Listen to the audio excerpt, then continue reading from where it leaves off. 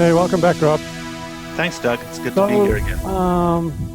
The last time, well, maybe not the last time, but one of the more recent talks we did, you talked about the fact that your take on this whole thing is that it's a addiction problem, but with the caveat that there's one subset, one group of people where it's not an addiction issue, and that is the one with endurance athletes who are doing this carbo loading regimen because they believe that is what they need to do in order to be able to perform at their best. So we're finding that a lot of those people are actually developing type 2 diabetes. In fact, Sami Inkinen, who's actually started Better Health, I mean, he was a world champion triathlete, and while he was competing at that level, he developed type 2 diabetes. So this is an important piece that I think is definitely belongs in this series.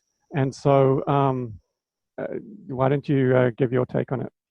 Sure, Doug, I appreciate that. Thank you. So first of all, this is the topic that while we've been dealing with this personally for about 20 years as a physician, it is the most controversial of all the topics for a couple of reasons. Obesity in the keto era is obviously very controversial and everybody's got their take. But when it comes to performance athletes and their diets, it's a trade secret. I mean, that's what gives these guys the edge versus athletes who are just as good as them. So first and foremost, it's a very tightly held secret by a lot of people, and it's very difficult to do large batch testing. People do it quietly by themselves. They try a variety of different things. So we really have to navigate our way through this. And a lot of the stuff I'm going to talk about is based on my opinion and my experience. And clearly there's going to be differences of opinion. I think the best way to advance this topic is by people having discussions and questioning everything we're talking about. I'm totally happy to change my mind about certain things and to change my perspective. But I do think there are some fundamental aspects that we absolutely do know. And I'm going to try to stick to the fundamentals and then also raise questions about places where there may be still some discovery that's required. The second thing is there are some incredible people that have latched onto understanding nutrition and diet for athletes. There's Jeff Volek, there's obviously Tim Noakes, who's the godfather of performance athletes, especially distance athletes, for a long time. And then a number of athletes themselves. So I defer to those guys, their research, their studies, and these are people with enormous integrity. Nobody in my mind has better integrity than someone that can say, hey, you know what? I was wrong.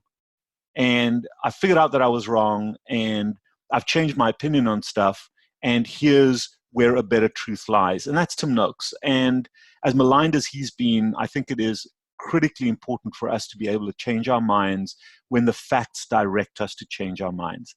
And that's always been a very difficult thing for a lot of people to do when we believe so intensely about stuff. So let's get into the meat of this. What I'm going to be talking about today is really performance athletes in large part, and perhaps a little bit about ordinary people.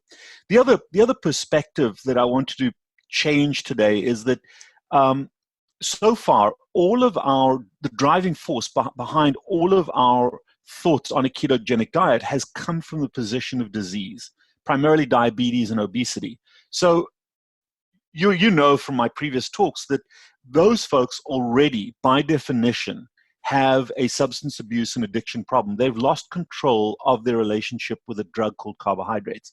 When it comes to performance athletes, they're looking for a performance edge. So they don't often have, some of them do, but the majority of them are doing this with a belief that it makes them better rather than being addicted to a particular substance. Now, the addiction may come, and we'll discuss that briefly, but this is something, the beauty about working with athletes in particular is, number one, how intensely they can follow a paradigm. I never have to worry about them falling off the wagon or screwing up. When you ask them to do something, they'll do it absolutely. It's the best set of data that we can get in any human species, because they will tell you the way it is. And if they screwed up, they'll tell you. If they followed things, they'll tell you. And it's the most legitimate of the groups of people that we see. When you're dealing with addicts, not so much. The second thing is they can tolerate a great degree of austerity. The greatest challenge is they're not very patient. And when you're converting yourself, patience is very important.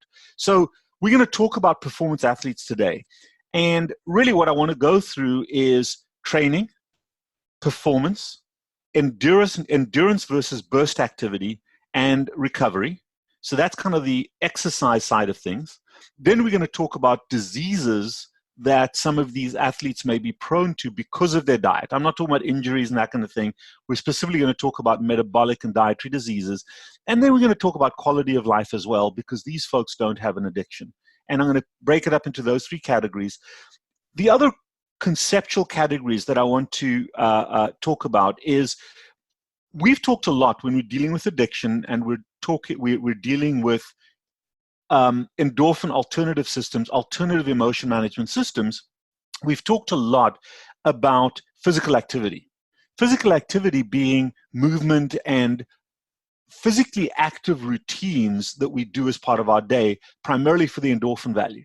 Critically important for the addiction group. I'm not going to focus on that. So we're going to remove physical activity from this discussion. The second thing that I'm not going to talk about is fitness. And you've got some wonderful, wonderful people, particularly Dr. or Ben. I can never say his last name. You can help me out with that. But Ben Bacciocchio. Anyway, I know Ben. I'm sorry I mess up your name, but Ben has revolutionized fitness, and I know, Doug, that you're part of that process. And every time I look at you, you look different in that you're benefiting from that. So, but I'm not going to talk about fitness right now. What I'm going to talk specifically about is exercise and performance and performance athletes.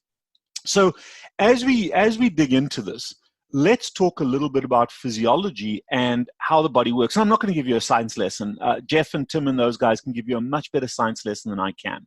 But the first starting hypothesis, the first starting concept that we have to change, and it's critically important that we do, is that the human body evolutionarily and genetically is primarily designed to function on ketones, on fat. And I use that word interchangeably. Scientifically, it's not necessarily true, but whether we use fat or ketones, you know what I'm talking about. So the human body is primarily, from the brain down to your feet, designed primarily to use ketones. That's what we had access to as a species. That's what we ran on. That's what we function on. Obviously, there are certain cells that benefit either primarily or as a backup from sugar. That is why we have blood sugar maintained in a very, very tight clamp in our bodies. But the key concept to understand is that fat has to be eaten. Fat has to be eaten and then stored. Sugar, carbohydrates do not need to be eaten. They are very effectively produced within the human body. So that's a very important concept to understand, is that we have to eat fat, but we do not have to eat carbohydrates. What's the thing I've left out? Everybody talks about this, especially in the athlete world, and I haven't even mentioned it yet, and that's protein. And I left protein out on purpose. So let's talk about these three things. The first concept about sugar is that the human body can only store a very, very small amount of glucose as fuel. At best, the liver can store around 4, maybe 500 grams of glycogen, and your muscles even less than that total. So you're looking at max at around 2,000 calories of total energy storage that you can keep. Now, it sounds like a lot, but for a performance athlete, an endurance athlete, that's a very small amount of energy that they can store at any one time. The other issue with glucose, sugar is incredibly poor as an efficient energy substrate. It requires relatively a much higher amount of oxygen. And remember, especially endurance athletes, they're breathing all the time, and performance is tied into your capacity to breathe. We used to make a lot about VO2 max and all that kind of thing. A lot of athletes know exactly what their VO2 max is. Well, guess what? Your VO2 max, the amount of oxygen you actually need, can go down when you're burning fat, because fat as a fuel source is so much more efficient. Gram for gram, fat has more than double the energy than sugar. So if you're storing 500 grams of glucose, if you in your body can store 500 grams of glucose, let's say in the liver, that's about 2,000 calories. Well, you only need about 200 grams or 150 grams for the same amount of calories from fat. And when I was a little bit ambiguous about that, It's because, yes, there's 9 calories per gram versus 4 calories per gram, fat versus glucose. But when you extract energy, you extract more energy from, or more efficiently, you extract energy from fat than you do from sugar. So that's an important concept. The second concept to understand, especially for people training over a long period of time, where hydration becomes a big issue, and we've talked more and more, hydration, you've got to have, and we beat athletes up about hydrating. Well, guess what happens with athletes when they overhydrate? They become waterlogged. And you know what happens when you become waterlogged? You die. You die. There have been many athletes who've dropped dead of waterlog and brain waterlogging. And it is a very, very dangerous condition to exercise under. Well, here, how does that happen? Every molecule of glucose requires a molecule of water. So what you do is you eat all the sugar and you carb loading, but you have to drink a huge amount of water. And then your body burns off the sugar. And guess what? Now you're stuck with all this excess fluid volume in your body. Your brain gets saturated with fluid. You don't have enough salt on board because you've peed out all the salt to try to get rid of the water. And that fluid goes into your tissues inside and subcutaneously. It goes into your brain. It goes into your muscles. It goes into your heart. And there have been people, in fact, a very close friend of Tim Noakes, died at the finish line because of waterlogging. And that got him thinking, maybe this is not the best way to go. Now, I don't want to use that I don't want to awfulize that, but it is an important awareness. When is the most important time to perform? When do you have that performance advantage? Toward the end of the game, in the fourth quarter, or at the end of the second half, or toward the end of a race when everybody else is lagging. And if your brain is all soggy, you're not making good decisions, if your brain is waterlogged, your brain doesn't function as efficiently. Fat doesn't like water. Fat needs very, very little water. So hydration doesn't become nearly as big a problem if you're running on ketones. You need to consume far less water, you're peeing less, and because your brain doesn't get fluid overloaded, it's your brain and your muscles and your heart and your other organs are able to function as crisply and as efficiently as they did at the beginning of the game or the race. So there is a huge performance advantage just because of fluid shifts when, especially toward the end of your training or at the end of a game or a race. And that's a critically important concept to understand as well, is that ketones have all of those advantages. They have a fuel efficiency advantage, they have a lower oxygen requirement, and they have a lower water requirement. Also, the human body can store an endless amount of fat. The human body can store an endless amount of fat. Just look around you because obesity is so rampant. The human body can store very, very little sugar. So therefore, during an endurance sport, during a race or an endurance sport, if you're running on sugar, you have to completely or continuously replenish that sugar. And that's what the Noakes people and Gatorade and those guys did really well. They taught us how to carb load, and they created all these gels and all these high carbohydrate substances that athletes could take during a race or during a game to carb load. They carb load before, but they also have to carb load during the game. But the problem with that is then you've got to drink water. It slows down your performance. If you preloaded with fat, you've got an endless supply of energy. Even the leanest, most cut, most fit athletes can store a ton of fat around their organs subcutaneously, way more fat than the fattest athlete could possibly use before they run out of steam. So no matter how fit or how fast you can run or how far you can run 100 miles. At the end of that race, you'll still have fat available. So you don't have to replenish all the time. And those are the advantages of running on fat. There's a brain advantage, there's a muscle advantage, there's an organ advantage. There are people that have done ultra distance races and endurance races and have felt terrible for weeks after the race. Their organs shut down, they get into trouble, their kidneys fail. We've seen the gamut. When you're running on fat, that happens at so much less of a degree. In fact, in a lot of the highly trained athletes, when they're running on ketones, it doesn't happen. So guess what? You do a 100-mile race. Ridiculous. I mean, I can't drive that far in one sitting. So you do a 100-mile race, okay, the Tahoe race or one of those things, and 2 or 3 days later, guess what you're doing? You're back out training. There are guys that have run 100 miles on ketones and the following day gone out for a 15-mile short training run. I mean, that's ridiculous in my book, but that's what they do. There's no way on God's earth any athlete, no matter how fit, can do the same thing after running 100 miles on sugar. So performance and recovery becomes a very important concept. So how understanding the mechanics of how the body works. The other issue with energy availability is insulin. So one of the key reasons why even athletes who are primed, who still have a bit of fat, can't access that fat is because when they're carbohydrate loading or when they're consuming carbohydrates, the insulin level goes up to distribute that sugar. And the first thing that insulin does, the very first thing that insulin does is it shuts off fat mobilization. The liver doesn't make ketones and the fat cells don't release fat. So you have to run on sugar. And if there's an imbalance of sugar versus sugar utilization, what happens? Bonking. We bonk. We bonk.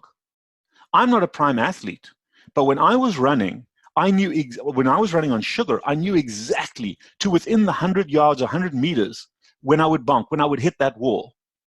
And I'd gear myself up for it, and I knew exactly when it was coming, no matter what my fitness level was. Now that I'm running on ketones, I'll know exactly when that moment's coming. I'll wait for it, and it doesn't come. And then, mind over matter, you have that conversation with yourself. Hey, listen, it's toward the end of the race. Push. And you can actually, no matter how fit or unfit you are, you can push and actually gain some time on everybody else in the last third of a race or in the final part of a game. Think about that when it comes to performance. Think about those guys you've seen running marathons and collapsing at the end. These guys are sprinting across the end and feeling fine afterwards. So there's that advantage, and I've seen that personally, even though I would never ever call myself an athlete. I'm just Joe Blow, the runner or the jogger, but I still see that in my ordinary exercise capacity. So let's talk a little bit more about how to get there. I think one of the key concepts, and we'll talk about protein in a second, is making a decision to change.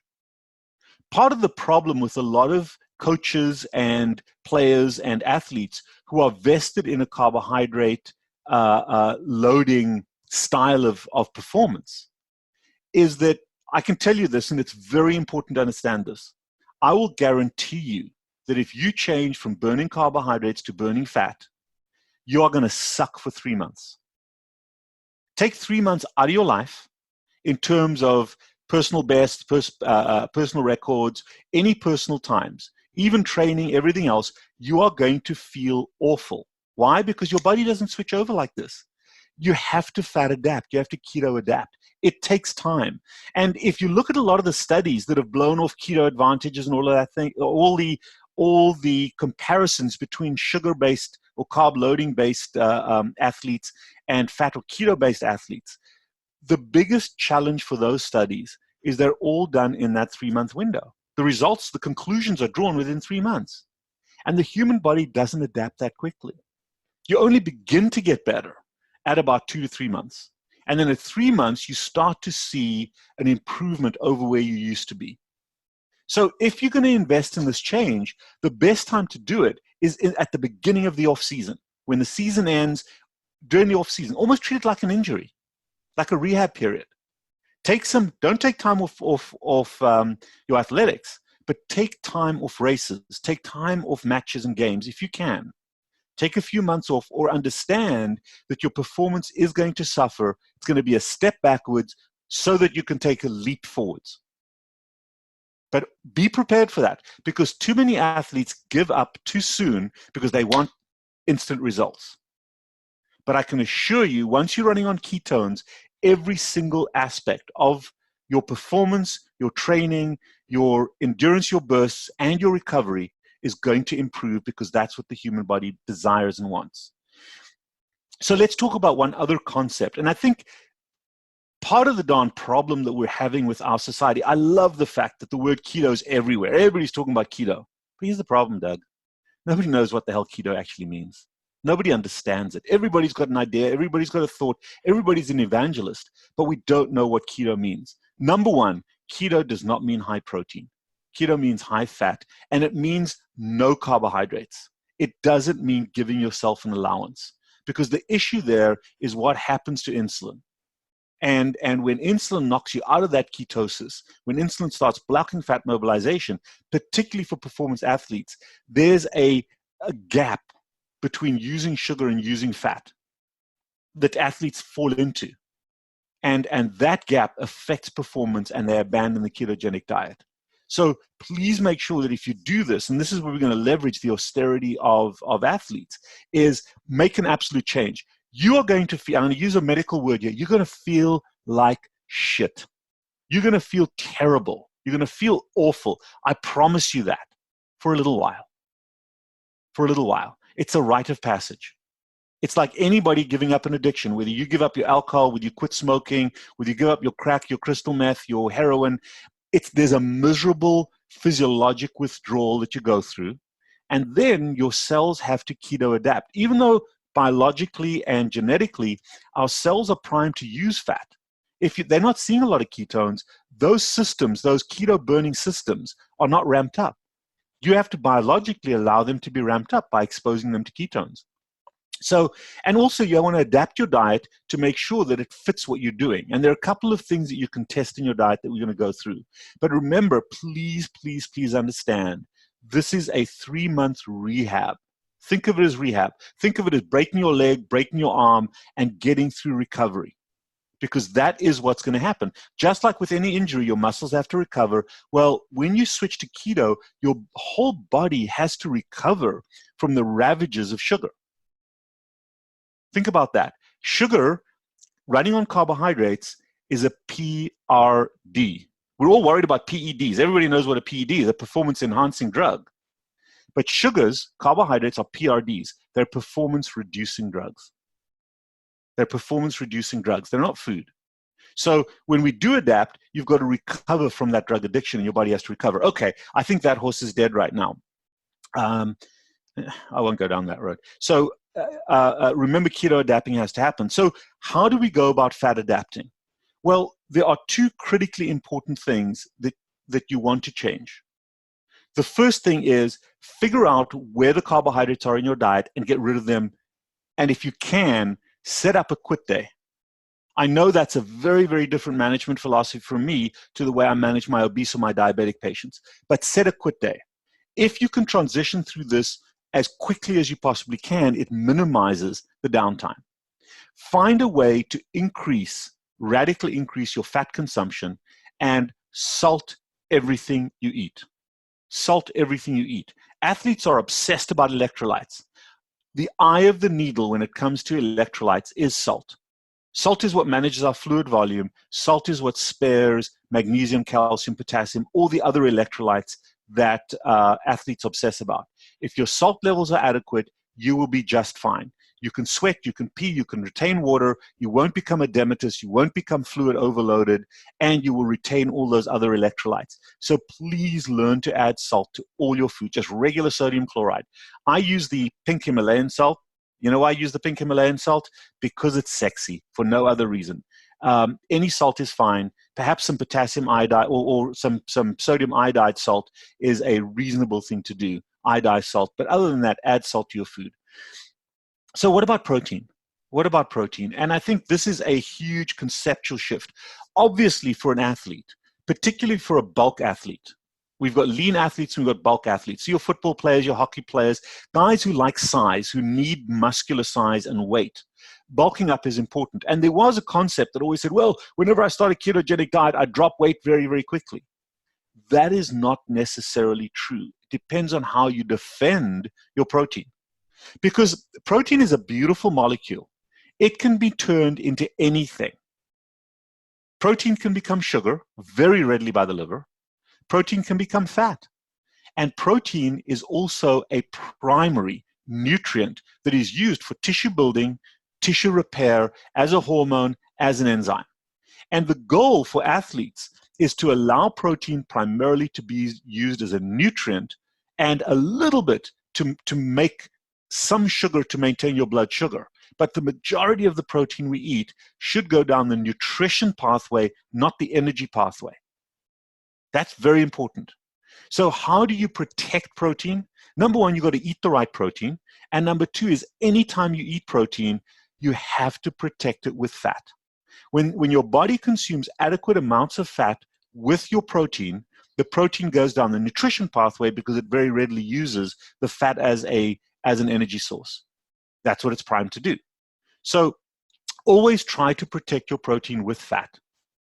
The second thing that athletes do is more is always better. And what we love selling to athletes are powders and potions that contain amino acids. The body doesn't work that way. The body does not do well with amino acid supplementation. There are approximately 20 amino acids that the human body has to consume. There are approximately 20 amino acids that the body uses. About 8 of those, in fact, 8 of those are what are called essential amino acids. We cannot produce them internally, so we have to eat them. And in particular, there's about 2 or 3 of those amino acids that are very, very difficult to get into solution when you're drinking protein powders and protein shakes and all the crap that you buy at non-food stores. And the problem then is that if your protein is deficient in certain amino acids, then those amino acids just become sugar or fat. They're unable to be used effectively by the body as tissue building blocks. Where's the best place to get your protein from? Animals. Fat animals. Whether it's a pig, whether it's a cow, whether it's a goat, whether it's a sheep, whether it's a fish, whether it's a chicken, it doesn't matter. Whether it's eggs, whether it's cheese, those are your ideal sources of protein because all the players are there. Remember, nutrition is a team sport.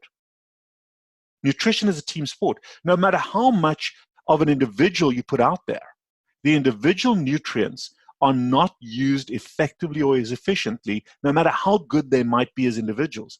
Nutrition is a team sport, whether it's your vitamins, whether it's your minerals, whether it is your protein, it is a team sport. And therefore, I don't like to even use the word amino acids when I'm talking to athletes.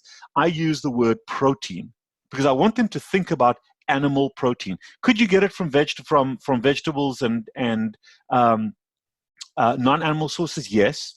But most vegetables do not have the full complement of all the amino acids. Every piece of meat does. So why not just go to the source and get your meat and get fat meat so that protein goes in the right direction?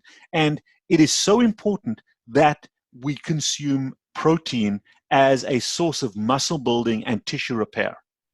The other key thing about fat and protein, when protein gets used as a nutrient and fat gets used as an energy source and also a little bit as a nutrient, our fluid shifts aren't there, number one. So your joints, your tendons, your muscles aren't swelling up after a race. You're not getting that injury. And what's the biggest problem with athletes after any sport? Lactic acid buildup and micro injuries to their tissues that are caused by inflammation. Well, fat, specifically ketones, are anti-inflammatory. The protein and the fat combination doesn't allow a lot of fluid to build up in those muscles. And there is, because of the way the ketone bodies use oxygen, there's far, far less acidosis, far less lactate buildup. So all the advantages are there in terms of recovery. That's a biochemical fact. That because you don't have the inflammation, because you don't have the acidic buildup, your recovery is so much quicker. Recovery, when you're feeling all stiff and sore and miserable, is because of inflammation, micro tears, micro injuries to the tissues, and lactic acid buildup and swelling, edema of those tissues.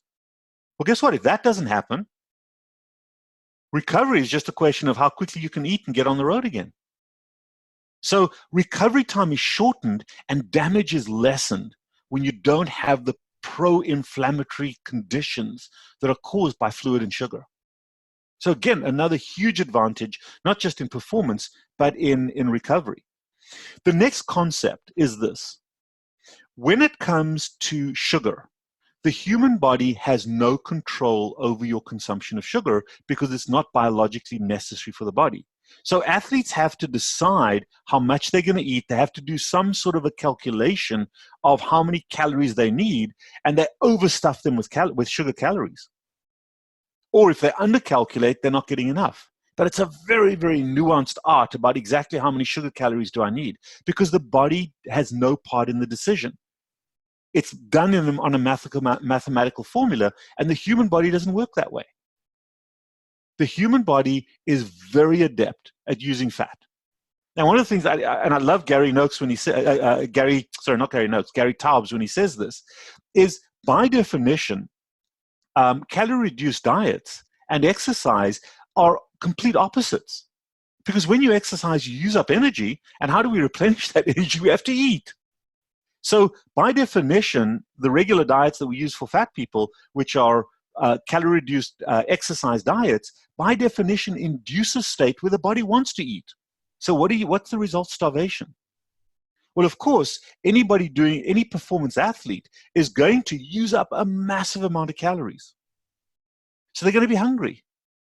And the body is very, very adeptly primed to restoring exactly how much energy it needs to store if you give it the right storage, the right sources of energy to store, which is fat.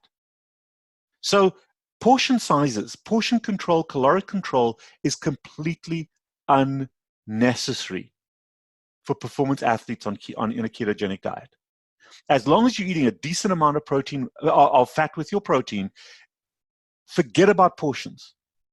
Eat until you are stuffed and then stop. You will not get fat, but you won't lose weight. You'll cut, but you won't lose weight and you won't lose energy. If you want to lose energy, your body will if you want to cut, your body will take care of that as well. But for athletes, sport, especially team sport people who want to bulk up, eat an endless supply of protein and fat. And when I say endless, I tell my athletes, it's kind of funny. You can eat a cow a day, you won't get fat, but you will get fit. And the reason I say that is because the human body is primed to very tightly control how much you need and when to stop.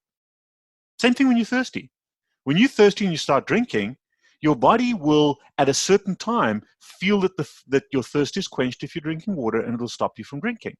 You don't have to calculate exactly how much water you need to drink. Drink until your thirst in your quenching system tells you to stop. And it's far, far less than we tell people to drink when they're drinking sugar. When you're eating protein and fat, eat until you're full. Put it in front of you, eat until you're full, and your body will determine exactly how much you need. Whether that's 1,000 calories, whether it's 5,000 calories. Stop thinking about calories, but eat enough. And the other critical thing that you don't have to do, because you don't have to fat load, there's plenty of fat in your subcutaneous tissues. As I said, you can't outrun your own fat supply, even if you're a very, very highly primed endurance athlete. You cannot outrun your own fat.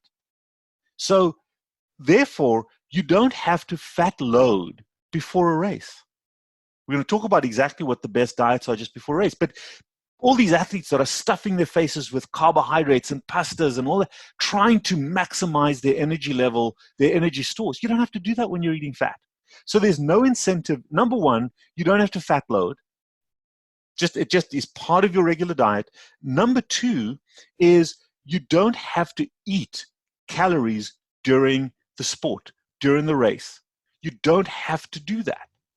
Even people that are running ultra-distance marathons do not need to calorie load if they're running on fat. The insulin level is low. They're pouring fat out of their fat cells, even a lean athlete. So those are huge benefits that you don't have to think about. Then all you have to think about is your performance. You don't have to think about refueling because your tank is full, and your tank is fuller than you will ever need. That's the beauty about running on ketosis. Okay, so we've talked about a number of the advantages. I'm not going to go through the disadvantages of carbohydrates. There are a number of disadvantages to running on sugar. The only comment I'm going to make there, as Doug said at the introduction, is this, that over time, people at carbohydrate load suffer the consequences of chronic excessive carbohydrate consumption. And the obvious one, the one that everybody's talking about, is type 2 diabetes. Type 2 diabetes. Because type 2 diabetes is, well, I can go into a little bit of detail here. Type 2 diabetes is where the body, number one, does not respond effectively to micro changes in your blood sugar level, so that it becomes more tolerant of large rises in your blood sugar, and your blood sugar can rise all the way to the top or even over the upper limits of normal. And it's when your blood sugar levels are elevated that they cause injury and damage to your blood vessel cells. So your blood vessels, the cells in the blood vessels swell up, they narrow the lumen, so you get less oxygen going to your tissues when you carb load, okay? And your blood pressure tends to go up, less flow, less pressure, which means your heart rate has to be higher to increase that flow. Not a very good situation for athletes. So they tend to have a much higher heart rate, much higher resting blood pressure on sugar. And also, when those endothelial cells swell, they separate and they cause injury, inflammatory injury at a microvascular level that creates little blood clots that clog up. So the first thing that can happen there is, and that is diabetes, by the way, but the first thing that happens is you get reduced blood flow to your critical organs, most commonly your brain, which has a very high requirement for oxygen and energy during a race if you're running on sugar. And secondly, sometimes those little clots can break off and travel downstream. And athletes suffer microclot injuries all the time to their vital organs, particularly their brains and their lungs. And that's why so many of these endurance athletes who are running on sugar not only develop type 2 diabetes or insulin resistance, but some of them drop dead. And they drop dead of that heart attack or that stroke, which are those little blood clots. So the percentages are low, but it absolutely happens. And it happens in my decade, in the 50s. You see these guys that have been running marathons or training for a marathon, and suddenly they're dead or they stroked out. And that's a huge problem. Now, that's the obvious side. That's the one that everybody knows in the ketogenic era is the diabetes. But there are a few more subtle things. Think about this, because when you're eating a lot of carbohydrates, most athletes are fat averse. They're eating protein and sugar, but they're, oh, fat's dangerous, fat's going to clog up my, all that garbage, all that lipophobia that we've bought into. Here's the problem. There's another substance that comes along with fat when we eat it that is vitally important to the human body. And that's a little thing that we've maligned so badly in our generation, a little substance called cholesterol. Cholesterol is vital to the human body. Cholesterol is a critically important product that the human body uses for a variety of different situations. One of the key things for athletes, what are PEDs? A lot of the PEDs, performance enhancing drugs, are steroids and growth hormones. Okay? When athletes are on a high carbohydrate diet, a lot of them have the opposite. They have low testosterone levels, low T. And a lot of them are getting caught with androgels and all these testosterone gels and the byproducts of testosterone. How can that be? If you're this virile athlete, how can your testosterone be low? Here's how it happens. The way the human body works, the way you get testosterone is it starts out with cholesterol. And cholesterol undergoes a series of enzymatic transformations to become testosterone or estrogen in a female. So estrogen and testosterone, as well as cholecalciferol that combines with vitamin D, which is also essential for bone strength and muscle strength, the precursor to testosterone, estrogen, and cholecalciferol, which combines with vitamin D, is cholesterol. Now, number one, if there's not enough cholesterol in your diet, that's a problem. But more importantly, the very first enzymatic change of cholesterol toward testosterone is blocked by something you may never have heard of called insulin. I was joking there. Insulin blocks the very first conversion. So if you're carb loading all the time and your insulin level is elevated, you're not able to produce the natural performance enhancing drugs that your body normally produces, which is testosterone, estrogen, and that cholecalciferol. So you're already at a deficit just by that transformation. Most athletes don't understand that. Your testosterone levels go up when you come off sugar and your insulin levels come down. So of course, there's a performance benefit to doing that. And on the flip side, that's one of the reasons I say that carbohydrates are PRDs, performance-reducing drugs. And obviously, everybody's being drug tested, so you can't be using these drugs artificially. So there's a huge advantage, not only from an energy source, but also from a biochemical nutritional perspective to keeping your insulin level low and avoiding the sugar. The next big issue is this, that over time, as you carbohydrate load, there's a change in the way the human body works in terms of sugar control. There's been a misunderstanding about sugar control for a long period of time. The most important hormone in terms of sugar control is not insulin. It's not insulin. It's a hormone called glucagon. And insulin and glucagon should work opposite to each other. So when you consume sugar, your insulin level goes up, and what insulin actually does is it turns glucagon off. So it should switch off sugar. It should switch off glucagon. And also, when insulin goes up, as we've said before, it blocks the mobilization of fat from the fat cells. But over time, as you become insulin resistant, which is what happens to athletes when they're consuming huge amounts of carbohydrates on a regular basis, their body just says, hey, dude, I'm not going to react sensitively to that insulin. I'm not going to have huge reactions to a small amount of sugar change. I'm going to become sloppy about that. And one of the critical things that happens is that the human body loses insulin's regulation of glucagon. So that while you're eating a lot of sugar, it should, under normal circumstances, switch off your liver's production of sugar so your liver can store sugar. But what happens is it's called a glucose or a glucagon paradox, that when you become insulin resistant, your glucagon doesn't get switched off. Your glucagon doesn't get switched off. So number one, it becomes more difficult to store sugar in your liver and in your muscles. The muscles I'm not 100% certain of. I don't have the exact facts on that. But absolutely, your capacity to produce glycogen goes down. When your glucagon is now putting sugar into the bloodstream, even when your blood sugar is high. That's how type 2 diabetes happens. Type 2 diabetes is primarily a dysfunction of glucagon regulation. That regulation may happen in the pancreas, it may happen in the liver, but that's what's happening. So you get this paradoxical production of sugar even in the face of sugar consumption. Well, where does that sugar come from? It can't come from fat because your insulin's blocking fat mobilization. It comes from protein. It comes from protein. So your body's turning all your protein into sugar.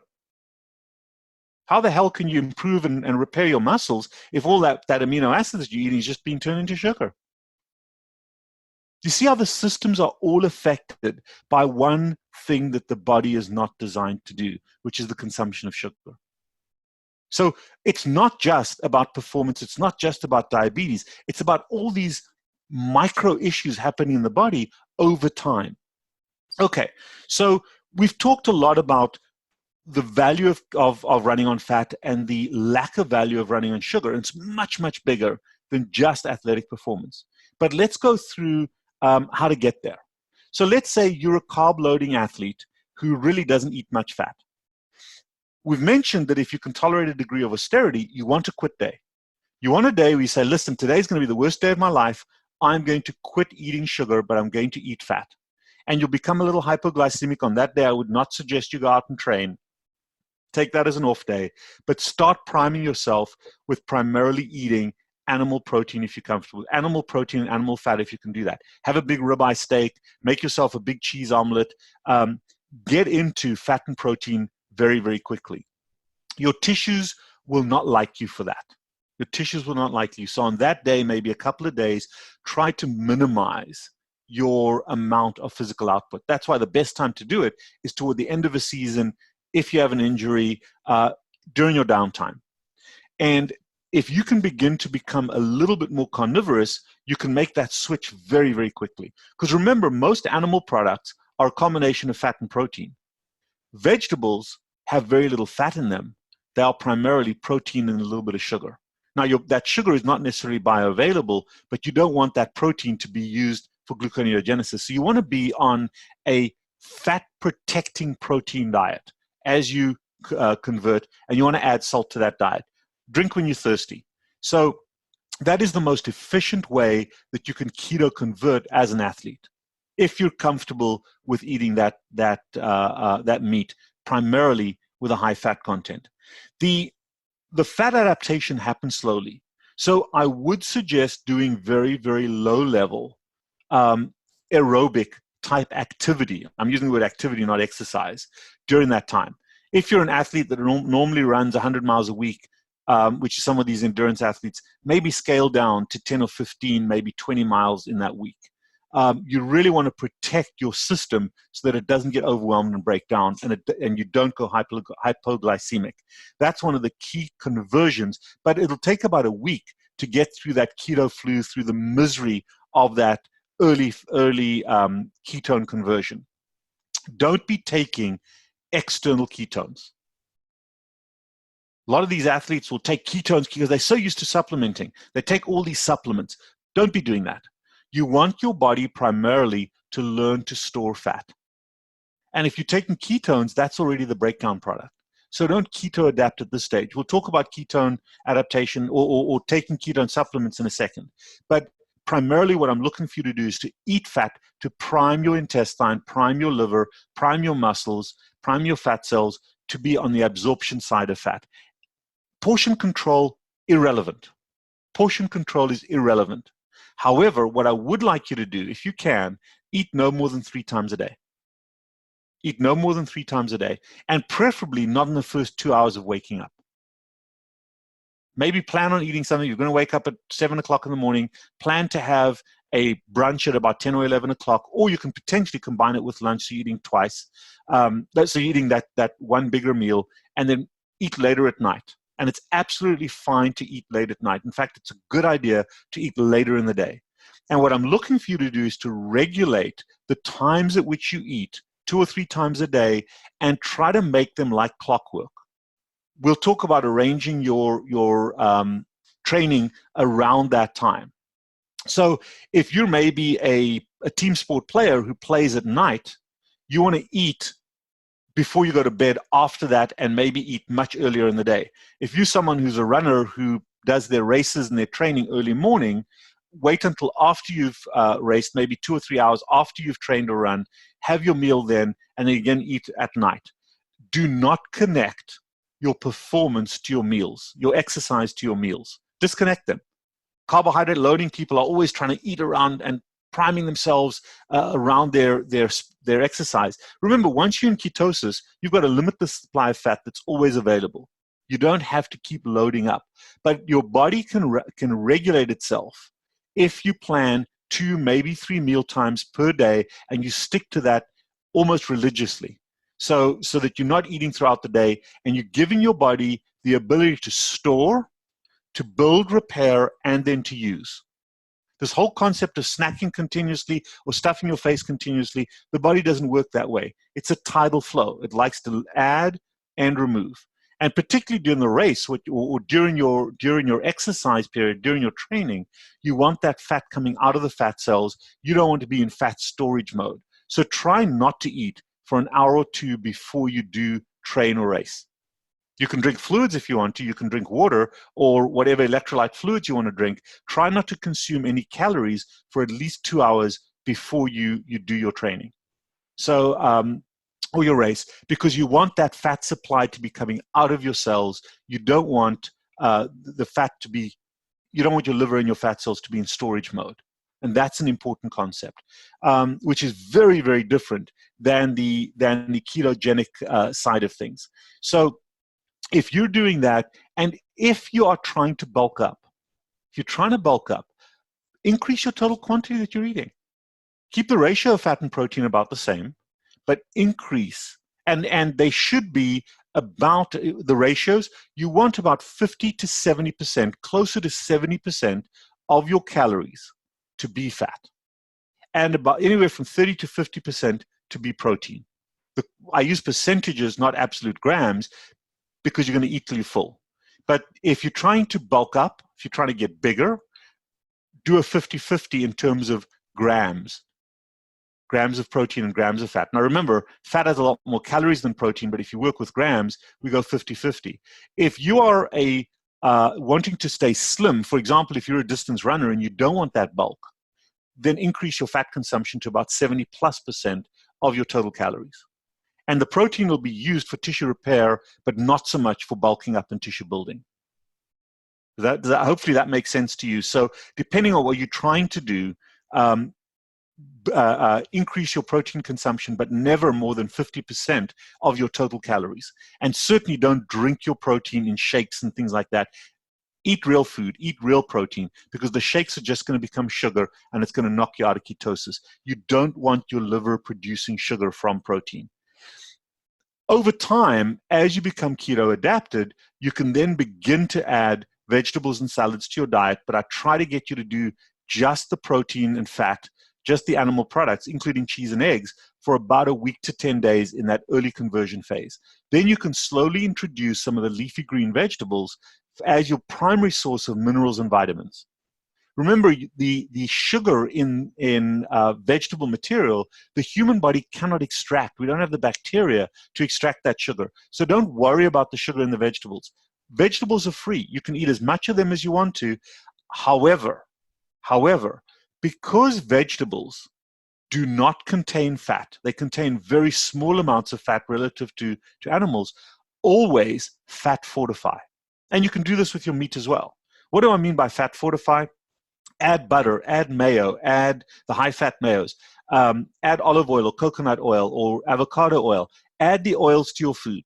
Or you can add avocados themselves, you can add bacon bits, you can add cheese, you can add eggs, particularly the yolk, you can add nuts and seeds, you can add chicharrones or pork rinds, I'm not saying that properly. You can increase the amount of fat in food and flavor or use fat-based products as condiments or as additions to your food to increase the fat component of those foods. I call that fat fortifying.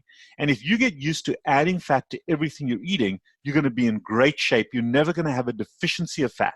And remember, because fat is very dense in calories, you have to eat a far smaller quantity to get the equivalent number of calories to carbohydrates, and then the efficiency of your body is going to improve as part of that. So that's the keto adapting. And remember, you want to stick to this.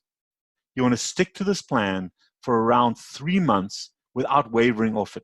Because once you come off ketosis, you kind of have to go, you reset that. You go all the way back to the beginning.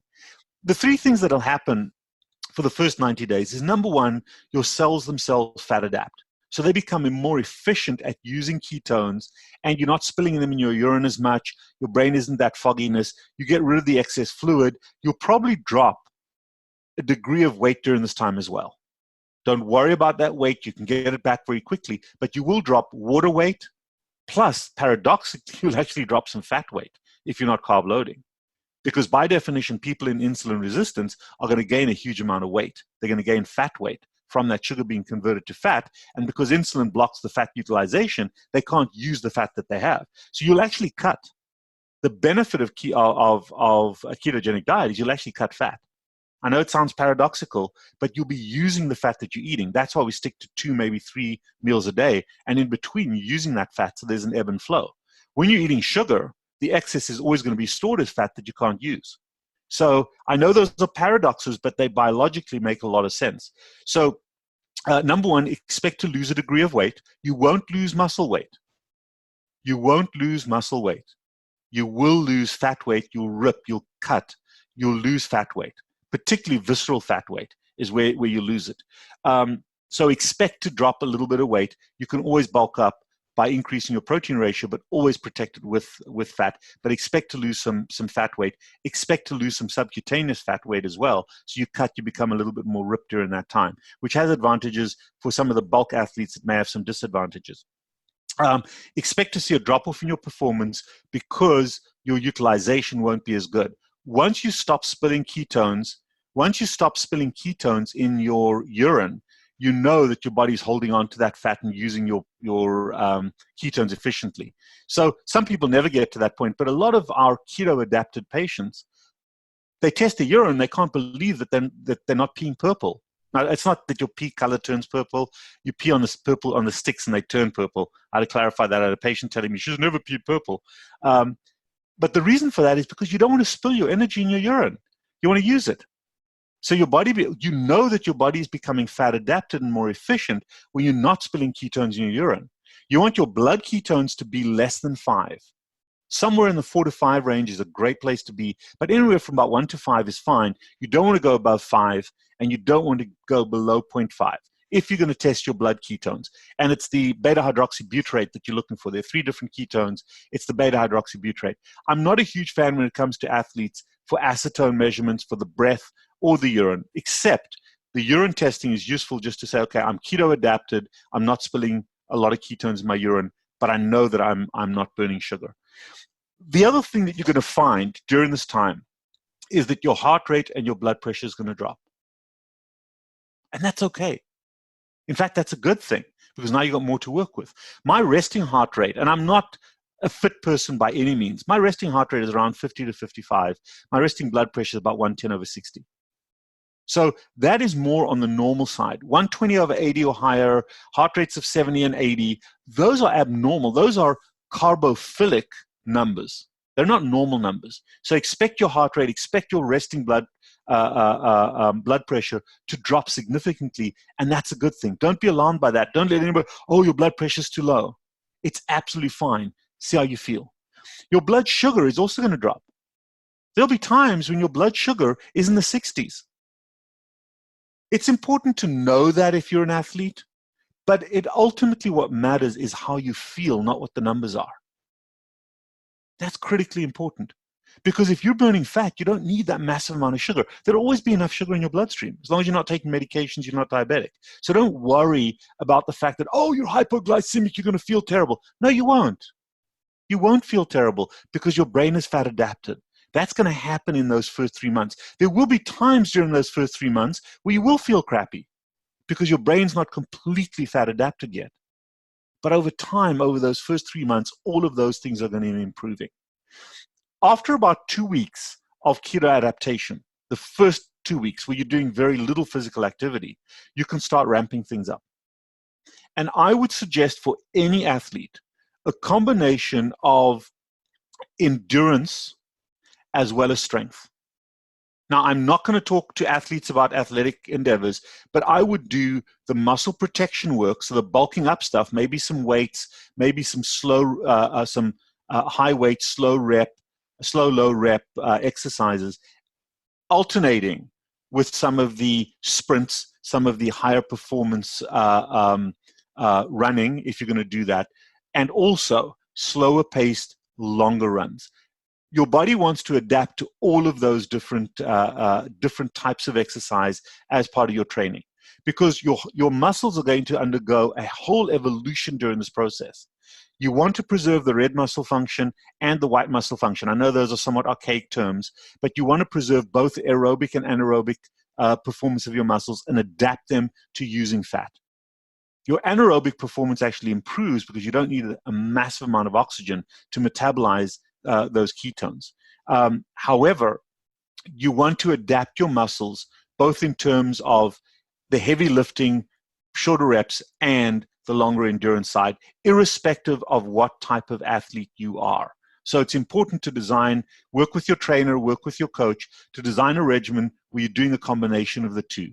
And I'm not going to go into the details of that because I'm not an athletic trainer and I don't want to overstep those boundaries.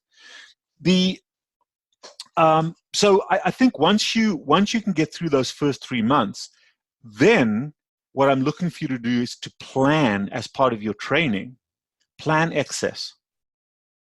Plan excess beyond what you were ever capable of doing on sugar. So if you're a distance athlete, put yourself on longer runs. Test you know where your limits are. You know where your boundaries have been on sugar.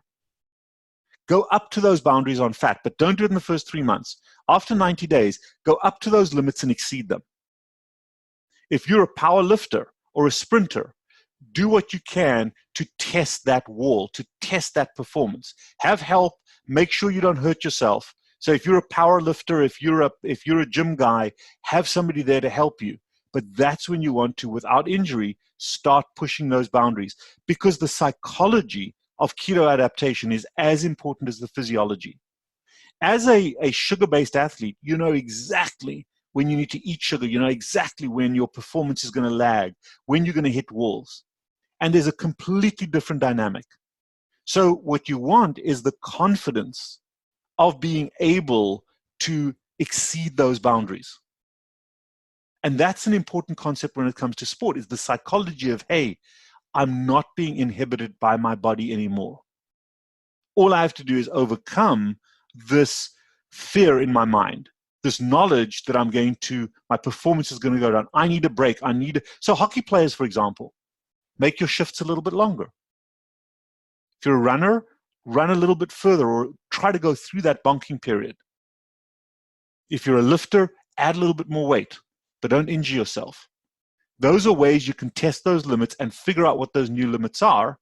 And then you can invoke what's called an N+1 process, where after the 90 days, each day you can push that limit back a little bit further. And ultimately, it's not about performance, it's about confidence. And I'm looking for this thing for your brain to gain the confidence that you're not going to hit those walls. Because that's mind over matter. Your body will be fine, but your brain has to get over those walls. And that's particularly true for those super endurance people. So if you're doing an ultra distance race and you want to do better in that last third or that last quarter of the race, you decide with your coach when you're going to do that, but that's when you want to ramp up to your high speed. And you can do it much, much longer and much earlier in the race than you would if you're running on sugar. So those are all little things that you can begin to change. Instead of, if you're the best athlete on your team, instead of resting back or holding back in the first couple of quarters, you'll be fine in the fourth quarter or in the second half. You'll be fine. So you can play at peak performance, both in the beginning and toward the end. But you've got to be able to adapt yourself. You've got to get your brain into regulation. If you're a coach, don't hold your best players back if they're keto adapted in the first quarter because you want to play them all in the last quarter. Pound it away. Do what you need to do throughout the game and let them discover what those new boundaries are. It's so cool when you start crossing those thresholds, and that's part of performance improvement. Part of performance improvement is crossing those barriers, crossing those walls, crossing those boundaries that you've expected your whole life and known when they're going to happen and not seeing them. And that helps to improve that performance, to improve that endurance. Whether you are a burst athlete or an endurance athlete, both of those barriers can be broken down. The next thing I'm looking for after the 90 days, once you are fat adapted, is to start reducing your downtime. Now, this is far more than nutrition. But if, for example, you do a marathon and you rest for a week or 2 weeks or 3 weeks afterwards, the day afterwards or 2 days later, go for a run. Go and train. Learn to train earlier in recovery. Learn to train earlier in recovery because your body needs to overcome the damage that it's done when you're burning sugar. If the damage is not happening, you want to maintain yourself at that peak performance. And you can. Again, I don't want to step on the toes of these athletes, of athletes and coaches. That's what you guys do. But there's a whole different way of thinking when you're running on fat than when you're running on sugar. And all those rest periods, and yes, rest is critically important, but it's less important in terms of recovery when you're not having the injuries from sugar, from running on sugar. The inflammation, the swelling, the micro tears. Your repair and your recovery process is much better, so you don't have to take that dip in your performance and then have to regain it for the next race or the next game. You can maintain yourself at a higher level throughout that course, which again lends itself to endurance and better performance during race, during games. So those are all critical factors where overcoming the mental barriers and the conventional thought processes of training are very important. And I'd be happy to explore that a little bit more, but you want to push those boundaries. You want to know that it's okay to do that. But you've got to build up that trust. You've got to build up that mental capacity to make that happen. The we've talked a little bit about disease. The next concept is this. And this is where athletes are different than my obese population or my diabetics, is that carbohydrates are not bad. Carbohydrates are just fine. They're not bad. Just like alcohol, wine is not bad. It's only bad if you're an alcoholic. Carbohydrates are only bad if you're a fat person, if you're a diabetic. And in fact, it's not the carbohydrates, it's not the alcohol. It's our relationship with it that is. So it's very important to understand that most athletes do not have an out-of-control relationship with carbohydrates. They're doing carbohydrates because of the fallacy of improved and enhanced performance on carbohydrates, but they don't have the addiction. So one of the key things about being an athlete is it's absolutely fine every now and then, if you choose to, if this is the way you function, to have a beer, have a glass of wine when you're not in that peak performance mode. It's fine to have a bowl of ice cream, eat an apple from time to time when you're not in peak performance mode. But always remember, nobody drinks alcohol because they're thirsty. We drink alcohol for pleasure, for relaxation, just to dissipate emotional stress and tension. If it becomes a problem, we have to cut it out. And there's certain times when we just shouldn't drink alcohol. Treat carbohydrates exactly the way you treat alcohol. It's fine to have them from time to time as a treat. But always remember, the only value of carbohydrates is for pleasure, not for nutrition. Exactly like alcohol. Nobody drinks alcohol for nutrition. We drink it for pleasure. Everybody understands that. Put carbohydrates in the same category.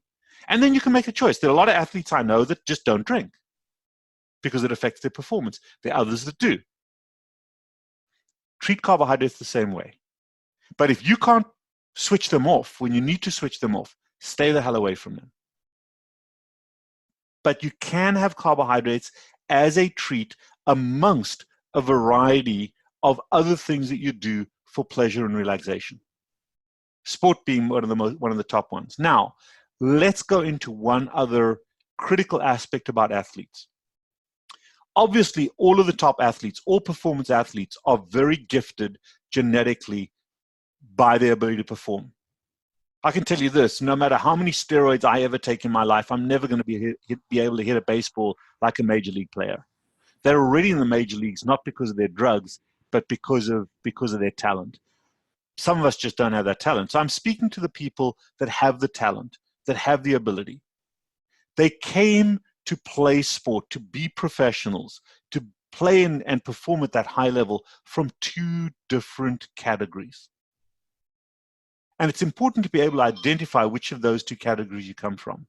The ideal category to come from is, as a child, if you love to kick a soccer ball, if you love to run, if you love to swim, if you love to hit a ball or ride a bike, if you just loved what you did and you didn't compete when you were 4 or 5 years old, if you just went out back and practiced keep-ups and practiced playing around with a soccer ball or bouncing a basketball until you could dribble 3 balls at one time and go, if you developed your skills and your techniques because you loved what you were doing, you have a passion for sport. And because you were damn good and damn effective because you practiced so much, you were then asked to sign up for a team, and you became the star of the team, and you became the athlete that you now are because you have a fundamental love of the game. Your risk of addictive behavior during and after your athletic performance is very close to zero because of your passion and your love of the game, irrespective of the outcome. Unfortunately, particularly in the US, but now throughout the world, we see a different subset of people. We see, and it's all got to do with parenting, we see a group of athletes where the parents desperately wanted those kids to be the athlete that either they never were or that they maybe were. I played in the NFL, my son is going to play in the NFL. Or I sucked at sport, I'm going to have my son swim until he's the best athlete out there. So when you come from a background where your parents put you on the team, they were running up and down the sidelines, yelling and shouting, and they forced you to play that sport, and you performed for them when you were a child because that was the way you made your parents love you. You made your parents feel good about you because of your athletic prowess. You come from an authoritarian background. And the problem then is you use sport as your excessively used, often excessive, but dominant emotion management system. But you are far, far more fragile emotionally than someone who uses sport for the love of the game. When the result is more important than the enjoyment of the performance, than the enjoyment of the game, you probably fit into that category. And here's why it's important. Here's why it's important. Well, what's that got to do with diet and keto and all that kind of stuff? Here's why it's important. Because when you come from an authoritarian background, what I just said about giving yourself permission to eat carbohydrates from time to time is probably not such a good idea. Probably not such a good idea. My own personal story is that I was never a very great athlete, but I loved sport and I played sport very hard, but I came from an authoritarian background. And the day I quit playing sport, what was left? Carb loading. And I ballooned up to almost 300 pounds. I gained 90 pounds, 90 to 100 pounds over my playing weight. And I was morbidly obese. And that is because sport is such an incredible endorphin releaser. But if it's all you got, and the day you hang up your cleats, the day you stop playing, the day you stop competing, if you come from an authoritarian background, you go through a mourning period where you just give everything up and you do very little. You go from a mile a minute to nothing. And what's left in your life? Crystal meth, carbohydrates. And we see a lot of athletes who quit playing their professional sport or injure themselves. They quit playing. And what it was about for those athletes wasn't the love of the sport. It was about the competition. It was about winning. It was being the best. And when they can no longer be that, they abandon the sport completely. And the concern there is what's left, carb loading and carbohydrates. And those are the athletes that become gelatinously fat. That's a nice description, isn't it? Gelatinously fat and sick once they quit playing. So please get away from carbohydrates, irrespective of if you come from an authoritarian side or just the fundamental I love sport part. Get away from carbohydrates if you can. One group can still eat carbohydrates from time to time for pleasure because they'll always have sport in their lives. Those are the guys that, okay, I'm no longer competing, I'm no longer the football player, but now I'm jogging with my family, now I'm a soccer coach, or whatever it may be. You can make that transition. But if you come from that authoritarian background, be very, very aware that your sport is likely an addiction rather than something you're doing purely for the pleasure of it. And once you give up that sport, once you can't play anymore at the level you used to, you're going to substitute it for another addiction, or you're going to get profoundly depressed and do bad things to yourself. But you're probably going to substitute it for the most prevalent drug in our sports system right now, which is sugar. So big red flag. And the best time to come off those carbohydrates, to separate that relationship, to get rid of it, is recognize who you are, and while you're still playing, quit the carbohydrates and fat adapt, keto adapt.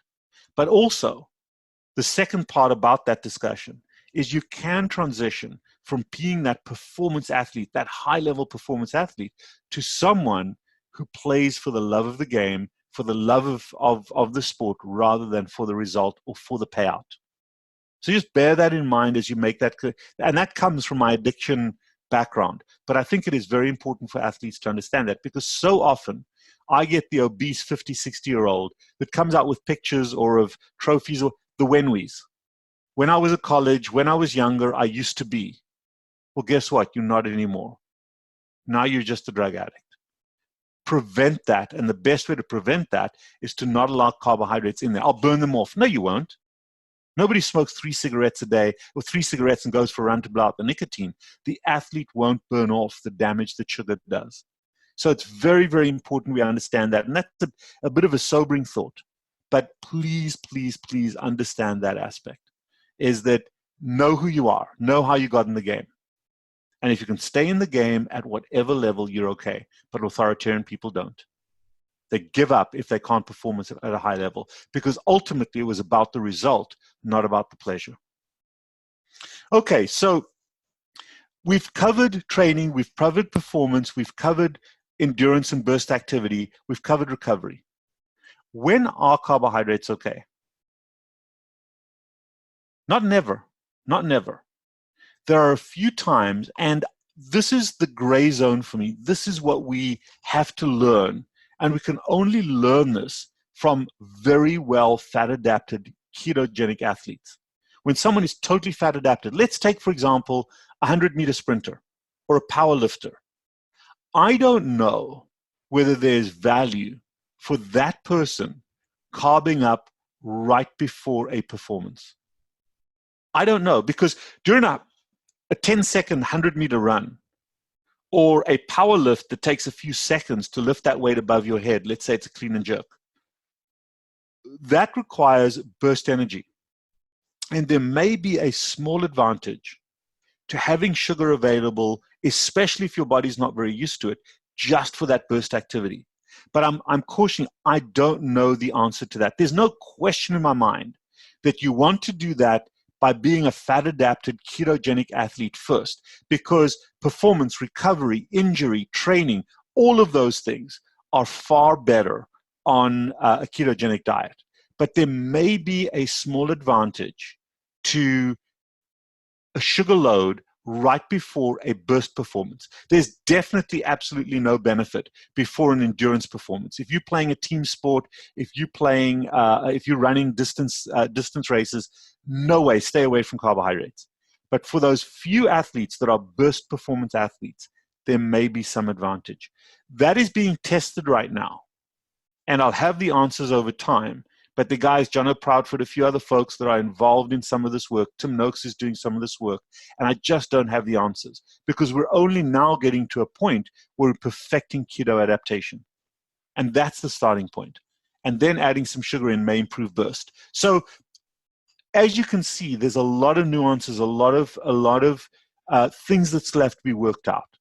But I can assure you absolutely, no matter whether you're the casual athlete who loves just the performance, but you're not very good at what you do, that would be me, or you're a high-level functioning professional athlete, keto adapting gives you that performance edge, not just in terms of energy, but also in terms of biology. And the final comment, and because I have insider knowledge, I'm not going to name the teams, but there are a number of teams in a variety of different sports internationally. And all you have to do is look at some of the top teams out there in each individual sport. And some of the sports don't even make sense, like golf.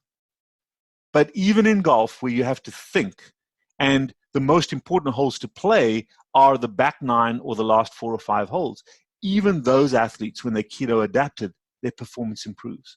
Their concentration, their focus improves on a ketogenic diet. Cyclists, rugby, cricket, baseball, football, basketball, the top teams are beginning to keto convert or have been so for a long time. Not going to mention names, that's proprietary information. But understand that all because you advertise or you are a spokesperson for Powerade or Gatorade or McDonald's, it doesn't necessarily mean that you use those products. They're just paying you. And I won't take that any further, but that's a fact. Hopefully, this has helped you to understand some of the transformation, some of the changes. I've tried to cover the biochemistry a little bit more. I've tried to cover some of the biology. There are studies out there. There is science to support everything I said. So if you need the inside information on that, please let me know. One final concept is that one of the single best things a type 1 diabetic can do is to become an athlete. One of the most healthy things a type 1 diabetic can do, forget about the type 2s, a type 1 diabetic can do is become a keto-adapted athlete. It makes all the difference in the world to the damage that type 1 diabetes potentially can do to your body. And if you're that person and you need help in terms of converting, please give me a shout. I can be found at obesityunderstood.com. I can be found on my Facebook page with my name, Robert.Cywes or Robert Cywes. I'm also on Instagram. And you can contact me in my office or by phone or by messaging if you want and need to know more. I don't have all the answers. In fact, some of what I've probably said today is going to be revamped, going to be changed, going to be modified. But these are the fundamental principles. And if you stick to the fundamental principles with a few of your own nuances, you're going to be just fine. You're going to be better than you are right now. Hopefully that helps. Yeah, thanks, man. So, just to go back to one of the big problems that I find is where people associate insulin resistance with obesity, with fat people. In other words, oh, he's not insulin resistant because he's skinny. And I think that was one of the reasons I really wanted to do this with you today, was because that's totally not true. Correct. That you can be very insulin resistant and very skinny. So Doug, I'm going to give you a very simple piece of information. 100% of people who are not in ketosis, in other words, 100% of people who regularly eat carbohydrates as their primary fuel source, are in insulin resistance, irrespective of what they look like or what diseases they do or don't have. Because by definition, chronic excessive carbohydrate consumption causes insulin resistance. Whether you're diabetic, fat, overweight, or an athlete that consumes calories and then burns them off. And that is the fallacy. That's exactly the problem. And the reason why that's a big deal is because most doctors don't measure insulin. They measure blood sugar, they measure A1C, they don't measure insulin very, very rarely, and it's your insulin that is going to tell you whether you're insulin resistant. And there's a new number that I'm starting to test in patients whose insurance covers that. And I talked a little bit about this.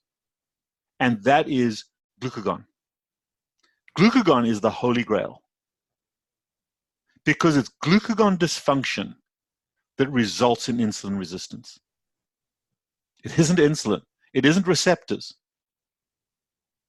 Insulin loses its control over glucagon, and therefore glucagon continues to add sugar to the bloodstream even when the blood sugar is elevated. And that's where you become insulin resistant and then diabetic. And we're only discovering this now. People, I don't even like the word insulin resistance because it means your tissues are resistant to insulin. No, it's insulin deregulation. Insulin can no longer work the way it was designed to work. Dampening glucagon, it still blocks fat mobilization, but it doesn't work at a sugar removal level. Your liver is still pretty good about removing sugar, but if the addition of sugar to the bloodstream is greater than the capacity to remove, that also causes an elevation in blood sugar.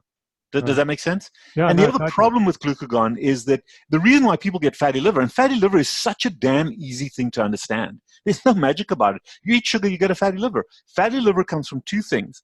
Alcoholic fatty liver disease comes from alcohol because of damage to enzymes, lactate dehydrogenase. And the second thing is a fatty liver, the most common fatty liver, comes from chronic excessive carbohydrate consumption. You can get rid of that fatty liver in 48 to 72 hours by not eating carbohydrates. But the reason why the liver then stores fat is because glucagon is using up all the glycogen, and the liver is therefore being forced to convert sugar to fat. That's a fatty liver. There's no magic to that. Yeah. So and insulin resistance is the inability of insulin and glucagon to function in a feedback pattern. And the whole human body functions in feedback patterns. When the feedback pattern is broken, that's when disease happens. Whether it's cancer, whether it's hormonal disease, any diseases happen when feedback is deregulated. Yeah. And the insulin-glucagon axis is a feedback system. It's that simple. So everybody that damages that system by chronic excessive and somewhat continuous snacking carbohydrate consumption is by definition in some stage of insulin resistance. And the way it works is you've got IR1, IR2, and then type 2 diabetes. Yeah. You know, and we've really focused on diabetes here, but I feel like these people, that's a really big risk for them, where they think they're skinny and so therefore they're not insulin resistant. They've heard about all of this stuff, but oh, I'm not insulin resistant, so I can eat all the carbs I want. But they're still eating this highly inflammatory diet that's causing cardiovascular disease, Alzheimer's, all these other chronic diseases that we're finding are so tightly tied to overconsumption of carbohydrates. Absolutely. And you know, one of the most convincing ones, Doug, is low T. Because men, especially after the age of 30, 35, when they can't get it up anymore, when they're starting to look a little flabby, that kind of dad bod, all of those things are related to testosterone. That's got to do with fat consumption. So I think the other key thing that we have to separate out, which the ketogenic diet doesn't do, and I have huge issues with the whole keto word because it's so bastardized. There was a great word 20 years ago, but now it's become misrepresented and bastardized. Ultimately, the diet consists of two completely separate components. You've got the damage and the drug called carbohydrates. So the better name there is a low or no carbohydrate diet.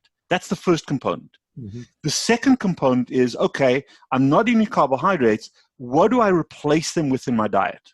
Or what was I really, it's not replacing, because carbohydrates originally replaced the substance. And you've got two options. You've got protein and fat, and it's fat. So pre-1950, people all over the world were on a high-fat, low-carbohydrate diet, except maybe for a few subsistence peasants who ate carbohydrates once or twice a day. But that wasn't necessarily the ideal diet. But now what we've done is we've removed fat and we've radically ramped up carbohydrate consumption. And we have to undo that. So I much prefer low carbohydrate for disease and high fat for energy, for health. And the two are separate. The two are completely separate, but are paired. Right. And I think all too often, people on a ketogenic diet just say, if I'm not eating carbohydrates, if it doesn't contain carbohydrates, I can eat it. That's not true. That's not true. You know, South Beach, for example now, and it's just such bullshit. That's my favorite medical word, as you've probably come to hear.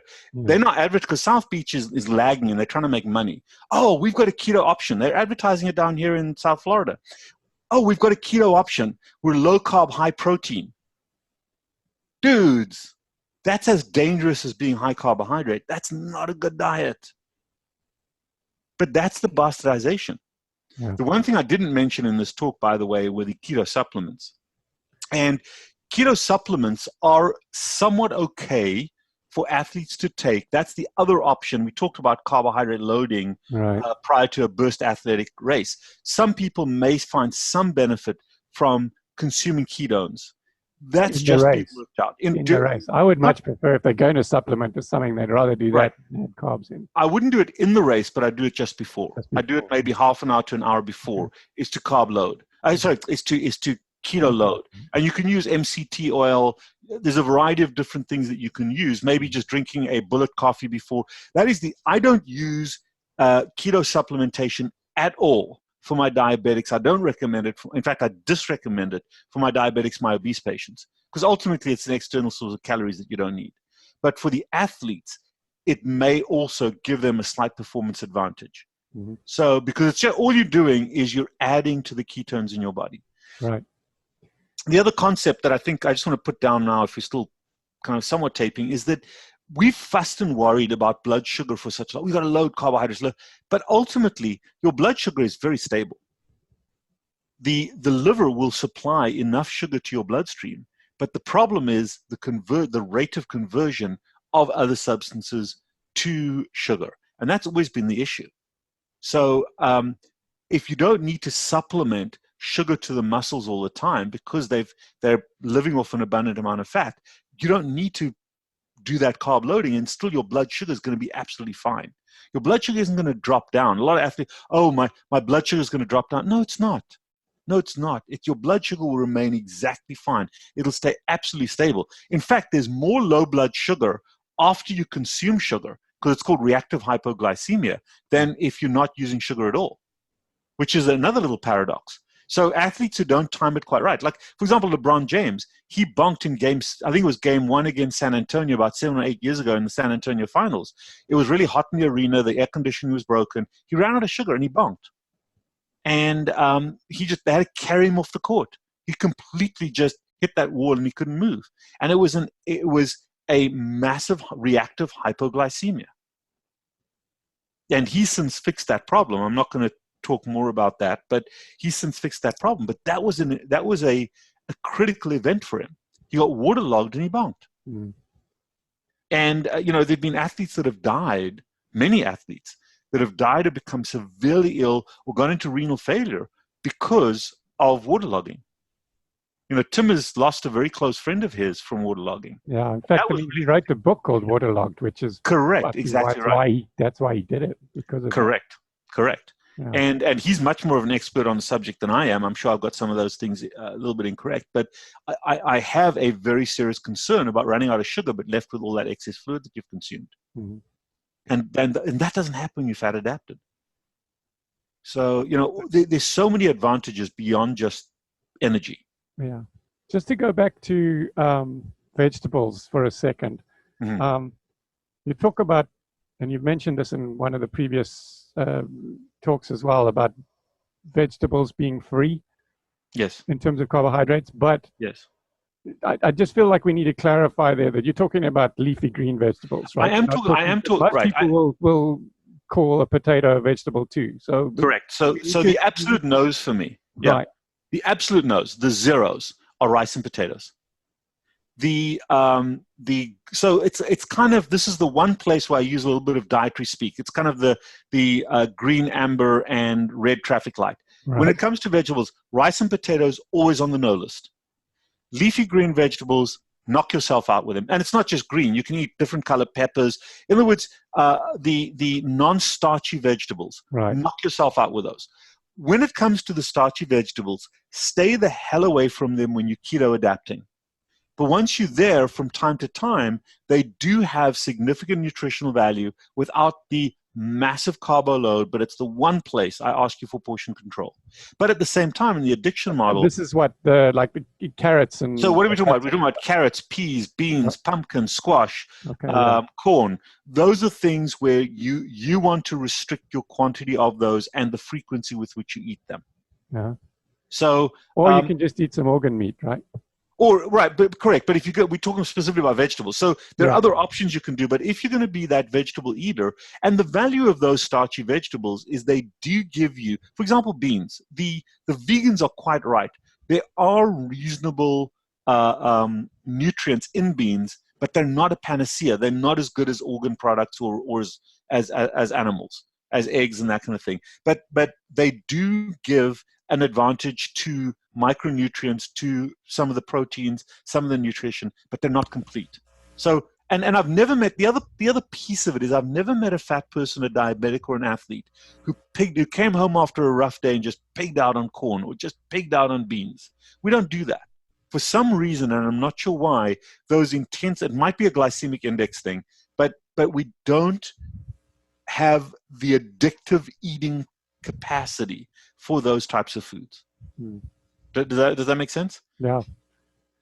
And if you can't limit that, then cut those out as well. Of course.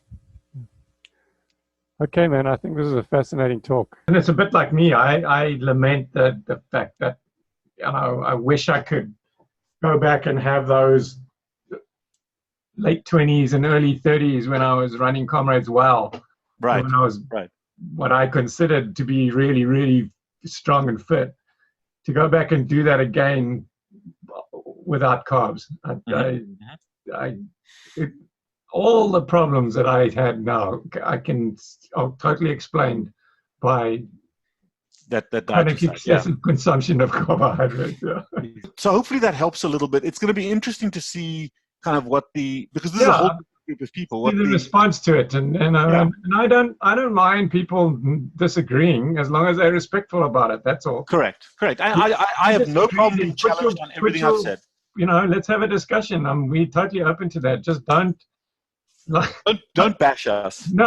Just don't be disrespectful or rude. Yeah. It's a waste of energy, and I don't have time for that. No, and you can.